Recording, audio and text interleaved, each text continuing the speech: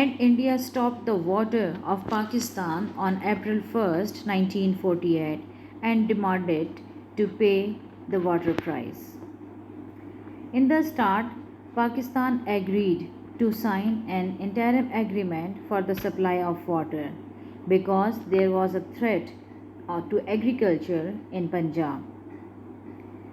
For the final solution, Pakistan went to United Nations.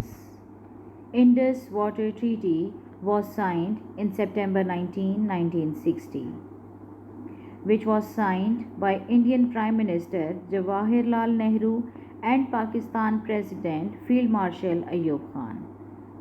According to this agreement, 3 eastern rivers were given to India and 3 western rivers were given to Pakistan.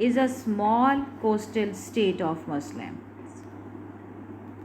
The head of that state was Muslim, but the majority of the population was Hindu. The Muslim Raja decided to join Pakistan, but Indian army attacked on the state. Jammu and Kashmir. Jammu and Kashmir, there was a state which was known as Jammu and Kashmir. It was the biggest state of India. Its total area was 1,35,900 square kilometer, and according to the census of 1941, its population was 4 million.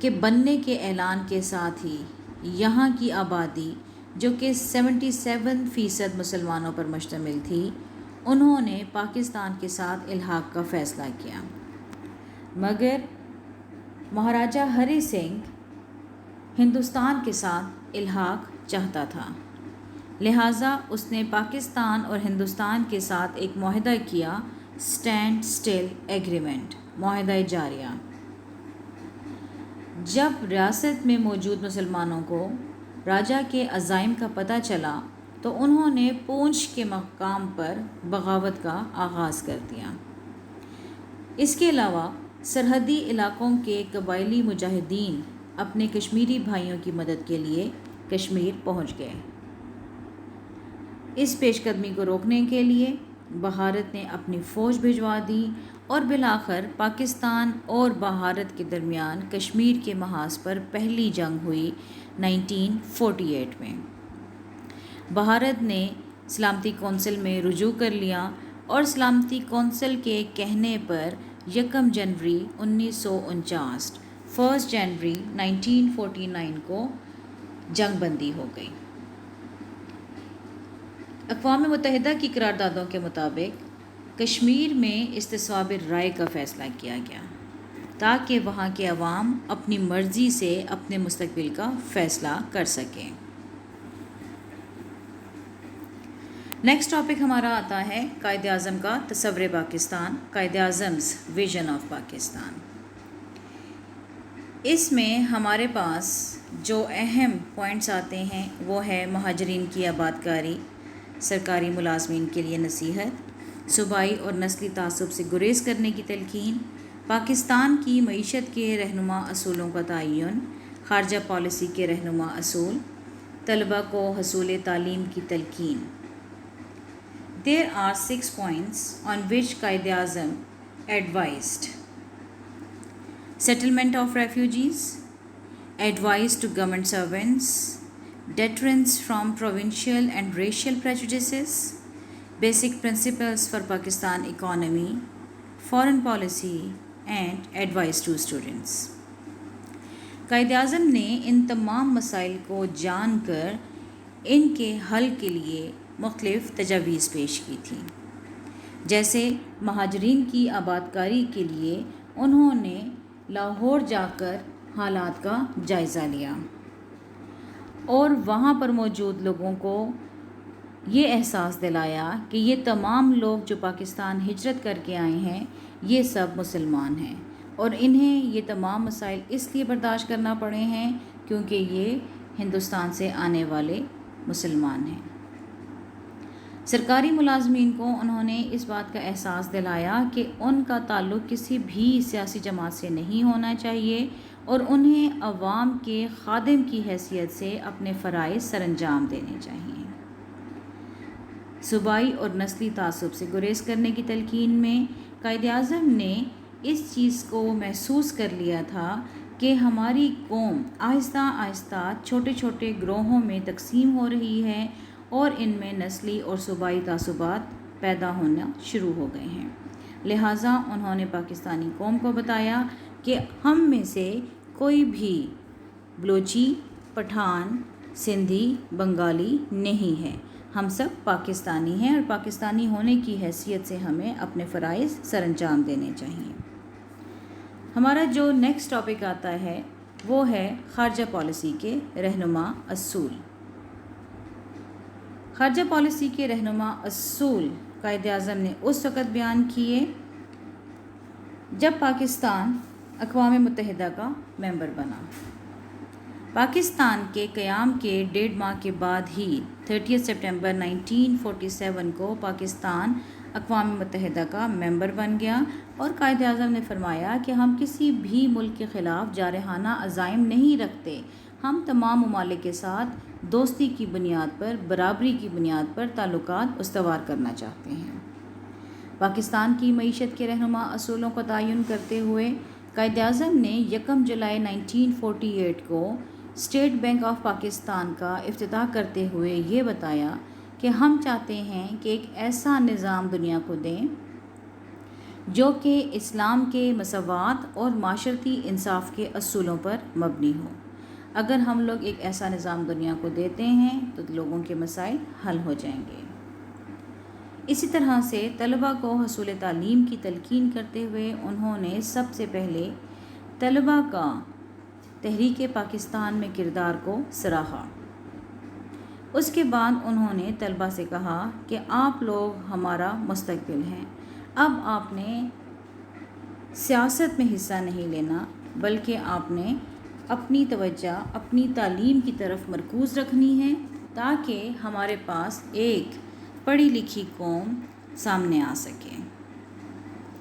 مسائل کے حل کے ذرائع۔